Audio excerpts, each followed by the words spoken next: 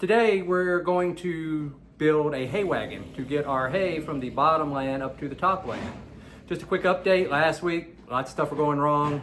Now we've got the well fixed, new well pump, but that's good to go. We've got our gator back, you can see behind me. And a couple weeks ago I showed you where we purchased some hay wagons. Well, today I'm going to show you what we're going to do with that and how we're going to use those to haul hay up to the top here.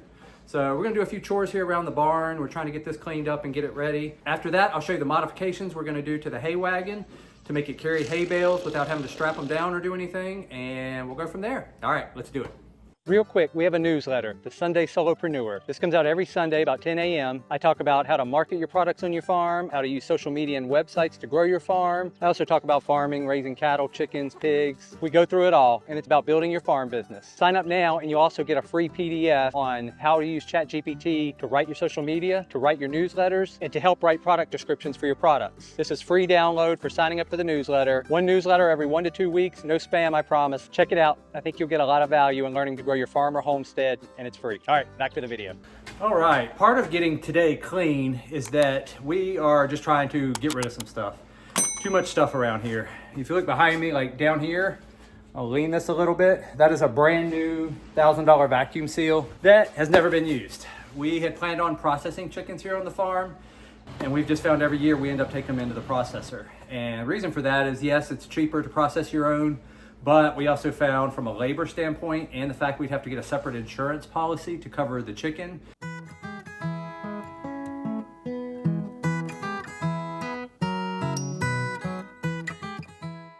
Where that's already covered with the USDA processor, that it's just about the same for us to take it to a processor, have it done. Also, being USDA allows us to sell it to stores and restaurants if we need to, which we are selling to a couple stores.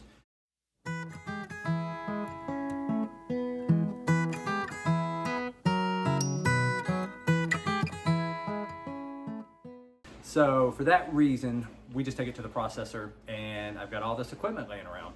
Again, we've got the vacuum seal there. These are bags that go with the vacuum seal. If you look out here, I have got a plucker. I have got a scalder over there in the back. We have got a stainless steel sink that we use to wash birds and do everything. So we've got a pretty full setup. There's some heat lamps, there's some cones back here. So the plan is we're gonna get rid of that stuff. We're not using it, and sometimes things just don't work out. If things change in the future, well, I'll sell this stuff. We've gotten cash for it. I'll buy the stuff again, and we'll just do it that way. But right now, it's just sitting around, it's depreciating, it's not helping anyone, and we're just gonna go ahead and get rid of it. One other option we thought about was to actually get a trailer and put all this equipment, mount it to the trailer, and then rent out a portable processing unit. Again, that could be possible income for the farm, but we felt just with everything we've got going on, it's too much. I've talked about in some of my other videos that sometimes when you're doing too much, you're not doing anything great. It's called diversification, meaning adding more things can sometimes be worse for your farm. So for that reason, that's why we're cleaning up the barn, getting rid of some stuff. Hopefully it'll bring in some income, as these are assets of the farm that we're selling. And just for peace of mind, when things are clean and tidy, I'm happy. My wife's happy. I feel better when things are organized. I know where I can find things. Right now with stuff piling up like this, it's just, we need room for hay actually. There's hay bales over here behind me that I could be just stacking up here, making it easier to get through this doorway you see me standing in. But we've got part of a trailer right here. We've got all of this stuff, and it just doesn't need to be here. So we're gonna continue to clean, and then we're gonna get up and show you how we're gonna build this hay wagon, how it's gonna benefit our farm, and how cheap we're doing it for. Maybe it's something you can do on your farm if you're hauling hay around the farm. All right?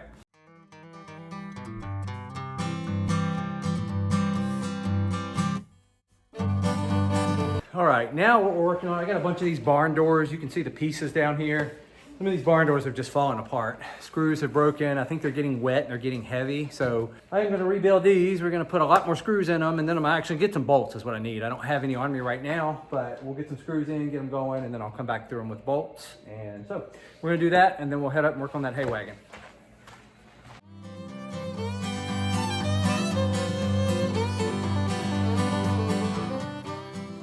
All right, and that's the basics of it. We've almost got this door done. I've got probably 5 more I really need to repair. Trying to get it ready, functional, and get some horses in here to get some other income going. So I need a way of getting my hay bales from the other 55 acres of the property up here to where we have the cattle. So we're gonna turn one of these hay wagons, or essentially it's a running gear at this point, into a hay wagon with cradles for the hay bales to set in. Never a shortage of things to be done at the farm. All right, let's get this done and we'll get going on that.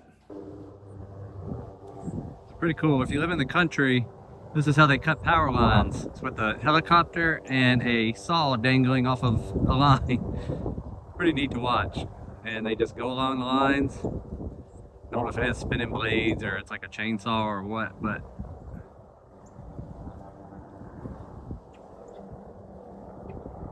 pretty neat. All right, so it's the next day. We got all the barn stuff we were gonna get done. It rained a lot, so we decided to make it an inside day. And now I've got behind me, you can see I've got the hay wagon, 2 long pieces of wood, and then I've got all the cross members. And we're essentially gonna make a hay wagon out of this. Now, have you seen in some of my other videos, we have been hauling hay bales. We cut our hay down on the bottom near the river, which is, I'm literally on the other side of that right now. And that's where we store the hay, is on the other side. We have to get the cattle up off the bottom during the winter, and so all the hay that we cut down there has to come up here. We've been doing it with a tractor. I've got 2 spikes, front and back, so 2 bales at a time. Just not efficient for time at all. We've got probably 125 bales that were down there. We went through some of that already, but that's 50, 70 trips. It's a lot. What we need is a better way to do that, and that's where this hay wagon will come in. I showed, I think 2 videos ago, where we bought some used equipment, and part of that was 2 running gears. The goal is I am going to use these cross members and essentially make cradles that the hay bales will set down in. You can buy these new, obviously, but they're pretty expensive. I got these, a good deal on these. The wood came with it. The wood's a little rough, but I think it's going to be okay for what we need. I may have to replace it at some point, and that's fine.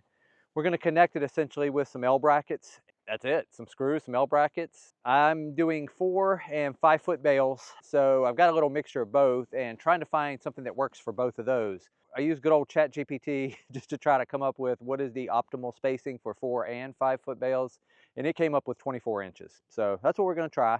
We're going to space them about 24 inches apart, and we'll see how that goes. Worst case, it's just a couple screws. We can arrange it, redo it, and it might be a little trial and error, but we'll get that worked out. Hopefully you're not getting too much wind. I've got my mic in my coat. It is really windy out here, and it's 23 degrees at the moment, which for Virginia is pretty cold.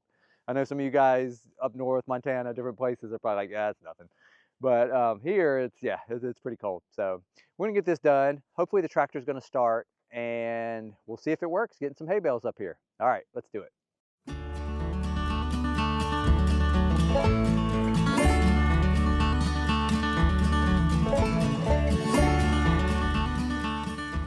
All right, we've got them measured together. We've got them set out like we want them. One of these pieces is kind of rotten, so I'm a little worried about that, but it's the only board I got right now. The gentleman that I got these from has some more wood, so worst case, I'll go get another piece from him if this doesn't work, and we'll find out if it works, if it breaks. So we've got them laid out. I've got these steel, I don't know what they're called. I call them L brackets, but they're steel, very hard. So we're gonna use these just to keep these guys in place. So we'll put these in. Like I said, it's 23 out here now. I think it's 24 now. So hopefully tractor's gonna start up okay, but we'll get the tractor started up and see if we can get this guy down here and get some bales on it. All right.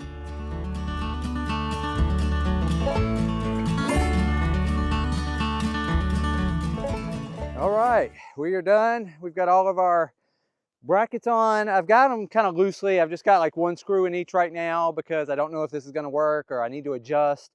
And again, that one long board, yeah, it's a little iffy. It's definitely gonna need to be replaced. So not going all in at the moment. We're gonna do this, take it on its first trial run, see how the bales fit, if we need to space things more. And once we definitely get it dialed in, then we'll set them pretty much exactly to where we need them. The other thing I could have done in hindsight is just go look at some of the professional models and see where they're spaced at. I figure they've already done it, why reinvent the wheel? So I'll likely check that out later just to see what they have and adjust accordingly. All right, now let's go see if we can get the tractor started up and get this guy down there, and let's see if we can get our first couple bales on it. All right, tractor started up, so super excited about that. And now we're gonna get ready and head down. Just went down and scouted a little bit. There's quite a bit of ice on the way down there, so a little nervous with that, but I think if we just take it easy and be ready to drop the front end loader, if she starts sliding, I think we'll be good. But we're gonna go get the hay wagon, hook that up on here, and then we'll head down and get some bales on.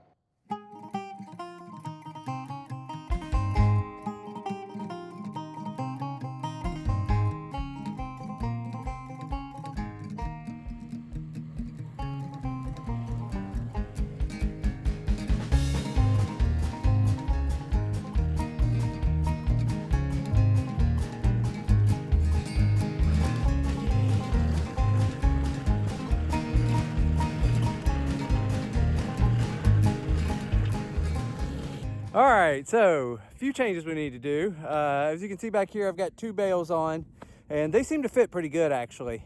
I think the 24-inch spacing may still be a little close, so I may spread that out a little more. The other thing is, if you can see this front bar, it's too close to the wheels. One of them's actually hitting the wheel occasionally. Therefore, I'm not going to try to put another 2 on the front because I don't want to put more weight on that and then push on the wheel. So I need to get everything between the wheelbases so that that's not an issue. Third issue is, I told you that one longboard that runs across here had a rotting area, and I could see it bend pretty good when I put these 2 bales on. So for that reason, I don't want to add any more weight. So we'll take our 2 bales up. I'm gonna still put one on the spike here, so we'll take 3 up at a time. I think if I get this where everything needs to be though, I think I can pretty comfortably get 6 bales on here, 1 on the front, so that'll be 7 bales at a time. So that won't be too bad for our purposes. Obviously, it's not huge. I know some of the bigger farms are, do a whole lot more than that, and I understand that. We have a fairly steep hill I've got to climb too, and it's pretty snowy. So just to keep things safe, this was its maiden voyage, and so far so good. We'll get it up to the top and see how that goes. All right.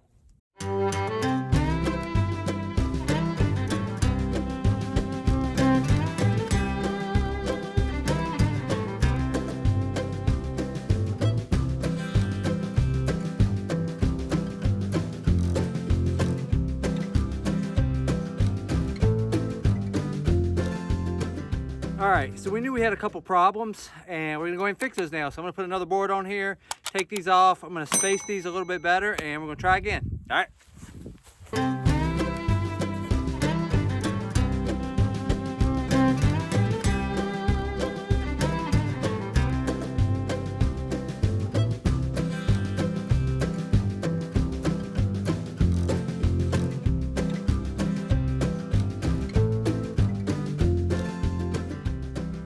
I've got the main beams on again, and these are good and secure. I need to bolt them for the frame, but I don't have any long enough bolts now, so we're just gonna make do with what we got, and I'll be leaving tonight. I'll pick up some bolts and we'll set that up tomorrow. But we're gonna go ahead and reattach the cross members, and this time I'm gonna take them out to about probably about 28 inches, and then I'm just gonna go with the goal right now of doing 4 bales on there. I've got a 65 horsepower tractor. It'll pull a bit, but it's also, I'm pulling all these pretty much uphill after I get off the pastures. And if you probably saw in the little bit, well, what I didn't film was there was a part it hit where all 4 wheels were spinning, and it's just icy as heck going down through there. So just to be safe, we're gonna set it up with just 4 bales for now. That still saves me a trip and a half every time I go, which is good. It literally cuts in half, and then another quarter of time that I get back.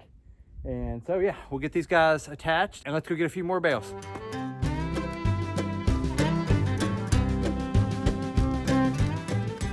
All right, we've got that done.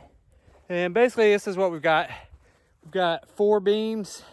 That way I can put hay bale here, and then hay bale on this far side, and then I've got a little gap here just for the overhang of the hay bales. So that should easily hold 4 bales with no issues.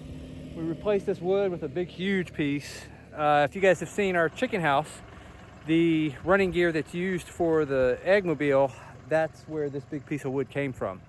We had taken it off and just built a new frame. So I had it sitting around. Actually, I'm glad I didn't get rid of it because it's coming very handy. And the other piece is here, which I can take that to the dump because again, it's pretty scrapped there.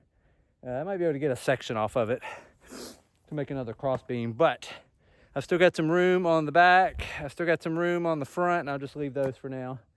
We're off of the tires. That was the other thing. I was setting initially, the beam was over the tires and it was just too close. This beam's actually a lot taller, so it sits up above the tires, so I don't think that would be an issue, but just to be safe, get everything away from the tires. And let's go get a couple more hay bales, see how this works. Alrighty, got a bale on the front. We ended up just going with 2 more bales on the back. I got a little sideways actually going down to get the hay, and just made me a little nervous about putting a whole bunch of weight on the back and then trying to pull back up through that ice. It is super thick, like my tractor's not even breaking it. So we're gonna stick with that for now. We got 6 bales, this worked great. As far as the dimensions on this guy, the cross beams are 8 foot and the wagon itself is 16 foot long. And I went with 28-inch spacings. I feel like that's worked great for these 4 foot bales. All right, as you can see, we still got a lot of room in the front for 2 more bales. I may add more. Again, this is just a DIY throw together thing. I needed a way to get my bales up from the bottom. I don't have the money to go buy a brand new hay wagon with the metal cradles and all that. They're amazing, and I keep my eye out for a good deal, but just I don't have money for it right now. I already had these guys sitting around, had the wood, and all in all, I am probably about $400 into this whole thing. And again, I bought these 2 hay wagons along with 4 feeders all in a package. So it averages out to about $400 for the hay wagon, and that includes the wood that came with it, the brackets that I had to buy, and the screws. So there you go. It's not a bad deal. I'll be able to haul at least 5 bales up comfortably. That's a whole lot better than 2. And also with that hay spike coming up hills, it's always trying to fall off the back, so I don't have to worry about that anymore. And this would just be a big help to the farm. And that's it. There's a solution for everything on your farm. Depends on how much money you have to buy all these solutions. And sometimes you just gotta make your own solution, and this is what we came up with. If you have any questions, leave a comment below. And if you wanna see our DIY cattle working pen, check out this video here. We'll catch you in the next one.